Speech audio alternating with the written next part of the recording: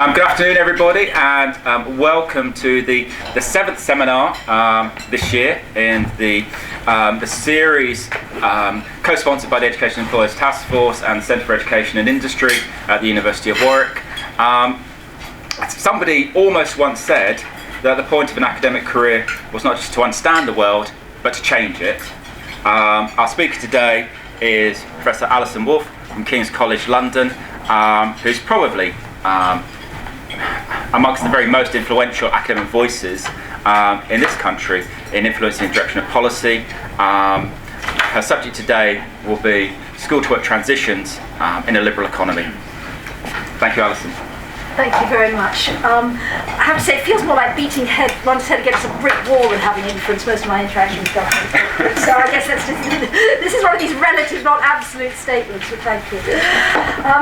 Yes, I am indeed going to talk about school-to-work transitions. I should start by saying that what I mostly want to do in the next 20 minutes is really just lay out the world in which we live. I don't have any magic solutions. I'm not sure that anybody has any magic solutions. If they did, they would have swept around the world, to drive around the world in 90-minute style. But there are a number of things which I think it helps to realise are common to most industrialised countries, pose common challenges to everybody, and mean that it's not that a given country is likely to be way out on a limb. These are very real changes and developments that go across the developed world. But it's also, I think, worth remembering that the age at which people make this school-to-work transition has changed really quite dramatically. Actually, in the lifetime of most people in this room, actually, not just those of us who have sort of stopped counting. In the 1960s, it was absolutely normal for people to leave school at 15, not bother to pick up any formal qualifications, go straight into jobs. That was normality. To wait until you were 17 or 18 was already a minority. To go into higher education was a tiny minority. And really large numbers of people doing full-time institution-based study in anything except a small number of higher education institutions was really very rare. And that was, again, an international pattern. America had mass higher education earlier than most people, but really it was normal to basically leave school at an age where we essentially treat people as children. And actually, a friend of mine the other day in the US showed me this extraordinary photograph. It was of a young couple on their wedding day, and they looked to modernise about 25. They were actually Appalachian, and he was dressed in a sort of stiff wool suit. She was dressed in her best, and this was their wedding day. And as I said, to modernise, they looked about 25. And they were, in fact, 14 and 15. And that is only just over 100 years ago. And they stayed married, by the way, and they had a large family, and I can tell you the backstory of the photograph if you want. But what I want to bring home is not that they were right and we were wrong, but that we have prolonged youth in a way that no other society has been able to afford to, or would have thought that it was halfway sane to. And therefore, when we talk about school-to-work transitions, we're talking about a world in which education is highly prolonged, and in which the transition into work is also seen as problematic in a way it was not before. You went and you got a job, and you might get sacked. Another personal anecdote, I was at my uncle's funeral a couple of weeks ago, and his son was just talking about his early work experience and how this was in the days before current labour legislation, and how his early experience was he got a job and then he'd be sacked. Got a job and then he'd be sacked. So it's not that everybody went into lifetime employment, that's another myth. But it was not seen as a sort of a problematic thing in which young people found it very hard to get real jobs. They didn't find it any harder to get real jobs than anybody else. They just might get sacked from them like everybody else. So we do, I think, live in a new world. And we also live in a particular sort of economic environment. And I said school-to-work transitions in a liberal economy, not because I want to get into caught up, please, in discussions of liberal versus neoliberal and what it means, but because, again, I think it's important to understand that some of the problems that we face and some of the experiences that we have are very closely related to the sort of economy, the sort of legal framework under which, in the modern world, we live.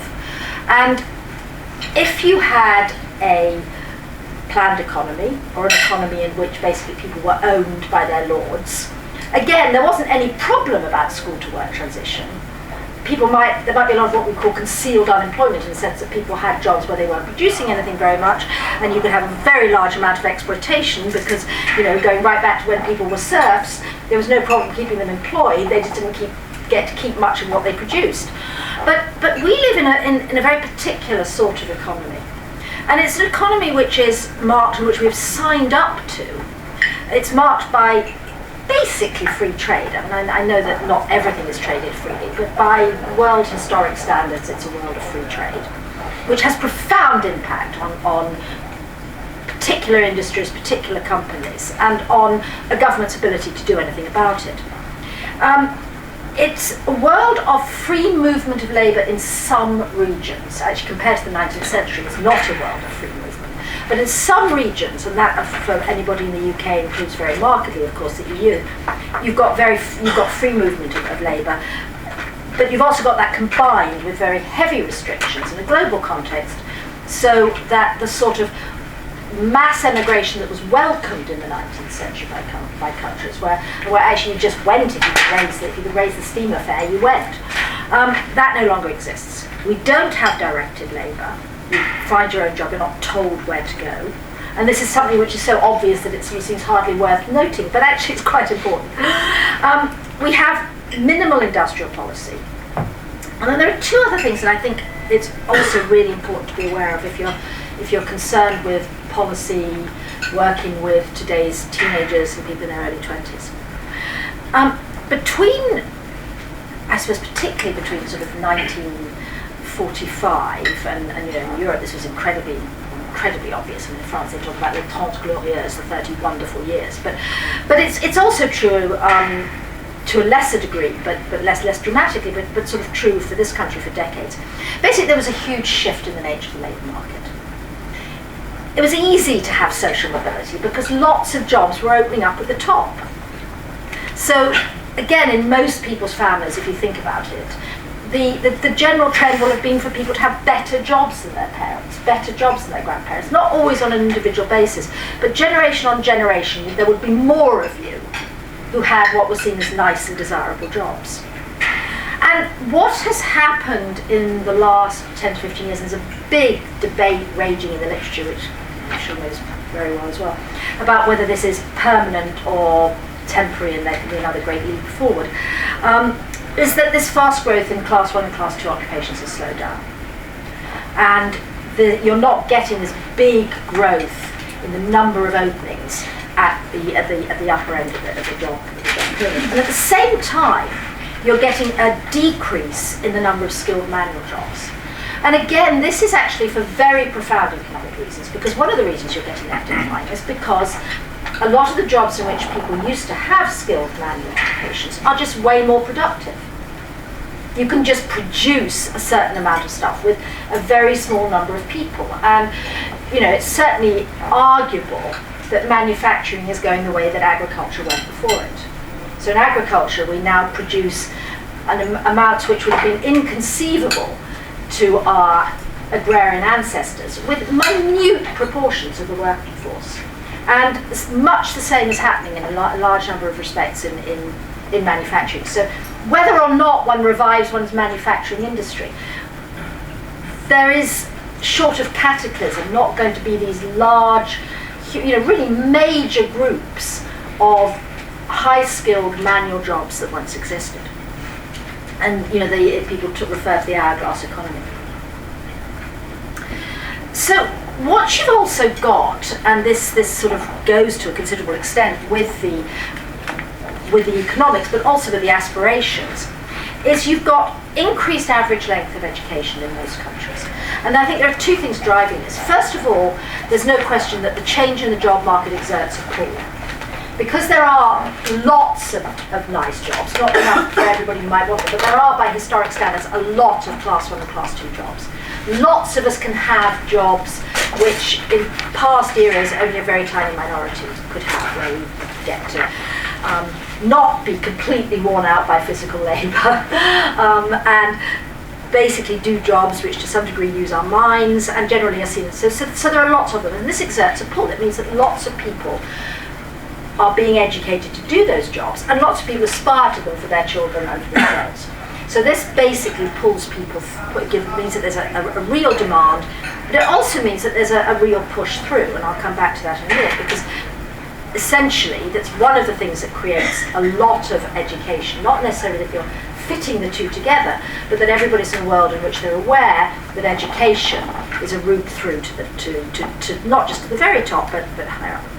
And you also get a rapid rise in higher education numbers, and again this is as much, in my view, about governments responding to the aspirations and desires of their citizens as it is about any need in the economy for as many higher education graduates as we have. So sometimes governments will expand higher education because they believe, because it returns to education, that this is good for growth. But I think one of the reasons that you get this rapid growth in higher education all over the world is that governments are responding more or less directly to the perceived demand of their population, of their voters, and to the aspirations that they have for themselves and their children. Going with that, and again this is something where we are an outlier, delayed specialisation is the rule. The degree of specialisation which exists in the English education system has been extraordinary for decades. You know, we actually, until the late 1940s, we were like everybody else. We had school cert, it was group reward, and we were no different. And in the late 40s, we set off on this early specialisation route, and we don't ever seem to have been able to get back off it. So basically, the world pattern is delayed specialisation. The world pattern is also high returns to formal qualifications, or rather high returns to some formal qualifications. And again, that's it's not just an English pattern, it's not just a British pattern, it's a worldwide pattern. It's just that most countries are fortunate enough not to have as many qualifications as we have. And then the final thing, which I think again is sort of the context in which one faces both general issues about transition and one's own national ones, is that there are wide variations in the status and nature of apprenticeship. Some countries have apprenticeship systems that work very well indeed, only a few, but they exist, and they are mostly in mainland Europe, and those do exist. Almost nowhere has a full-time school-based vocational pathway which enjoys status and respect. And I want to lodge that because I think it's very important. Again, that's not just us, it is an international phenomenon. Apprenticeship can be seen as highly respected and worthwhile, at least up to the age of 18. I mean, post-18, vocational gets a sort of, becomes much wider, you know, obviously it includes not just, it includes becoming a cameraman, becoming a nurse, becoming a doctor, but up to 18, full-time vocational pathways which exist again in most countries, including to a degree some of those that have apprenticeships, they do not anywhere enjoy the sort of status that apprenticeship has or that academic programs have. So just quickly, just to give you some feeling of the scale, and I'm sorry this is basic because I just haven't had the energy to try and make sense and to work out what to do with the German figures. It stops in 96 because up until then I was basically, it was before using just post-unification ones. But anyway, basically just to give you an idea about a century's growth, essentially the blue is the university enrolments in France, Germany and UK, the three big European countries. At the beginning of the century, there's tiny little blue things you can hardly see. Pink is the raw figures 96 years later, and green is adjusted for population growth. And I think that everything else that happens in the job market and in transitions for young people has to be seen against a background of this enormous growth in higher education and what it does to the rest of the labour market. sits there, and it's not an elephant in the room because everybody knows it's there. So in that sense, but it's an enormously important fact because of the knock-on effect it has on young people's decisions, on the way that employers make decisions, and on what happens to the rest of the job market and the education market. The other thing I want to sort of make a note of, to point out, is that modern labour markets in developed countries, long-developed countries that have been developed for a long time, are very often characterised by what's essentially a dual structure. And we have this less than many European countries, partly interesting enough because we have had a youth unemployment problem for less time, and had a less, for good and bad, a less corporatist economy. But European countries and Japan are marked by what is commonly known as dual labour markets. You've got a large inner core of people who have stable, permanent contracts, which often have good benefits associated with them, very often very strong security of tenure. It's, they're protected quite rightly, labour laws from being just sacked, high benefits. And then around them you have this penumbra of low status, low security, low pay, or not even necessarily low status, but low pay, low security, short-term jobs. That is particularly obvious in France, but it's also open in Japan. It's much less obvious in North America. North America also has far less protection, far less of an inner core. And then the next thing I want to just say is that in the UK we have a very specific thing, which is that we used to have a lot of apprenticeships, and we now have very few that would be recognised by our grandparents as apprenticeships. And that's something we can come to in discussion, but basically a combination of circumstance and enthusiastic help from the government basically killed off apprenticeship in this country in the 1970s and 1980s, and I don't think we've got very far towards restoring it to healthy young people. We have high levels of regional inequality. That's actually true for much of Europe, but it's a really important fact. We have general stability in our upper secondary academic routes and constant reform of upper secondary vocational, which means that employers don't have the faintest idea what's going on half the time and have given up trying to keep up. And again, that sort of relates to that great big, we know what a university is, we know what A-levels are, we don't know what all this stuff is. And we also, which I think again one has to take account of, we also have had open accession for EU nationals as well as high levels of immigration, and I know this is a fraught subject, but I think it's something which at least in some areas, the fact that employers have a choice between hiring a local 18-year-old with a qualification they don't understand or a recent immigrant with a degree, and I think that further complicates things. I do. Okay, very quickly I just want to explain why I think that the growth of graduates is so important. I think the point is that employers have to make decisions. They have to make decisions they can defend not only to themselves but to their associates. And it's a little bit like buying a computer. Nobody gets sacked, or nobody used to get sacked for buying IBM. If you're going to shortlist, and you've got people with qualifications which are seen as reputable, which show that they could stick it out for 3 years, and there are more and more of them, then it becomes easier and easier to use academic qualifications and degrees as a sifting mechanism. And so when you've got very few people who are graduates, then you know that most of the people you want to hire are non-graduates. When you've got quite a lot of graduates, you start to think, well, I could basically make this graduate entry only, and that'll sort of get rid of most of the applicants, and then I can give attention to choosing the right ones from within them. And sometimes you wonder whether you will get there. It's the slight nightmare of getting there. That was one of the things I think that persuaded the government, rightly or wrongly, to introduce fees, and there is a real problem for most countries about continuing pressure to expand higher education as more and more people want it.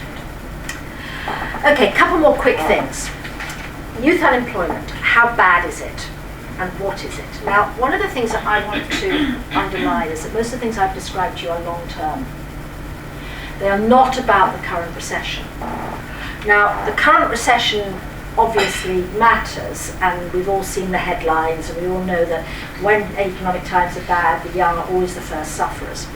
And sure enough, and if I just looked at the OECD figures for other countries as well, if you look at the unemployment rate, which is the top one, you see that it's going up, and that's the proportion of people who are actually registered as looking for work and can't get it. But if you look at the unemployment rate as a proportion of the age group, which is the lower one, you will see that it actually hasn't moved very much.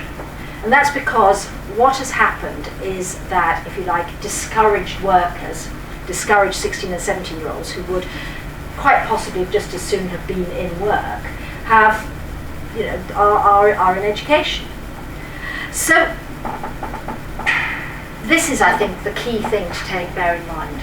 The contrast between my Appalachian 15-year-olds, but also between, young Brits in the 1950s and 1960s. 16 and 17-year-olds are not in work. Essentially, there is almost no youth labour market left, and even those numbers will include people who are listed as that will include apprentices, because they will be listed as employed. So you've got a complete fall off. And you also, I think, one of the things that's also quite interesting is, again, in spite of the recession, if you take 18 to 24-year-olds, again, it's not as dramatic, but again, what you're getting is a secular downward turn. It's basically down. It's not as dramatic. It's still up there as a large part of the age group, but it's going like that. And in most countries, most developed countries, the same is true. Couple of final quick points. The overall figures can see huge variations, and I just pulled out a few kind of randomly. Percentage of 16 to 24-year-olds claiming. South Oxfordshire 2.2, Sandwell 12.1, Derry 13. County Durham wasn't actually as bad as I thought, but in some bits it's dire. 8.2. Even within London, you are getting, in the London area, you're going from 3 in Camden, 3.1 in Reigate, 6.2 in Thurrock, 7.5 in Lewisham, 7.5 in Newark. These are big, big variations. And I think, again, what it underlines is that for many of the people who are not going via the higher education route, when you go via higher education, you go into a national labour market. If you're not going via higher education, you are much more of a local labour market. And that's, I think, why the regional and the local issues matter so much. And the thing which I think is the biggest challenge for us, really the major challenge for us, is this noise around vocational awards that I've referred to. We've got lots of people going into higher education, employers know what it's about. People aspire to it. 98% of parents of newborn babies want their children to go to university, and I think the other 2% were just miscoded. We've got poor returns to specific occupational awards, which used to be called MVQs and now suddenly aren't anymore. We've got middling returns to quasi-vocational. We've got very good returns to doing a proper apprenticeship. And when we look at all of these, we also have to be aware that most people do not stay in the occupational area they go into when they first leave school, because their first job. And that's true even for apprentices. We are not doing very well with apprenticeships for 16 and 17-year-olds. However, the government has been putting in huge effort. 16-year-olds are hard, 17-year-olds are not great, 18-year-olds marginally better. Level 3 apprenticeship starts for 16 to 18-year-olds, which are the red ones, are sort of not going anywhere very much. As I suspect almost everybody in this room knows, in the last couple of years all the growth has been among adults. And we can argue for hours about whether they're apprenticeships, but the fact is they're not young, whatever they are. And that's equally true for what I call advanced apprenticeships, which is the sort of apprenticeship that a Danish or a German kid would do, with lots of education, lots of skills. So it seems to me that what we have to understand about the youth into work transition is that this is not something about the current recession. It's about some long-term trends in the economy and in education which create huge challenges. And create huge challenges especially for a school-based, non-academic route, but which also underline, and again, I'm not saying anything that is new, underline the critical importance of apprenticeship, because that's something which actually is recognised, which the labour market recognises, which actually is valued because, not just of the skills, but because in a sense it does the same as a degree. It says this kid can stick it out, can turn up for work, can stay with it, even if they're not going to be a baker, and the biggest employer of bakers in Germany is the BMW assembly line. But even if they don't stick with it, this is something which is worthwhile and worth having. And I think the other thing that I would like to address long term without having any great optimism about is, do we really need to make everybody wait so long before they go out to work? We seem to feel that we should be judged by how many years we can keep young people in education. The more we can keep them in, the better. The French are the record holders for this, because they have the most messed up labour around. It seems to me that this is not in itself a good thing if all you're doing is basically recycling without moving sort of up the distribution. And that while I'm not in the least advocating that 14-year-olds should go into the mills, I do wonder whether our belief that keeping everybody in education till 21 would be an unmitigated good is really quite so obvious, and whether we shouldn't be thinking much more in terms of people going in and out when they actually want to be there. So without any solutions, that's where I will leave you.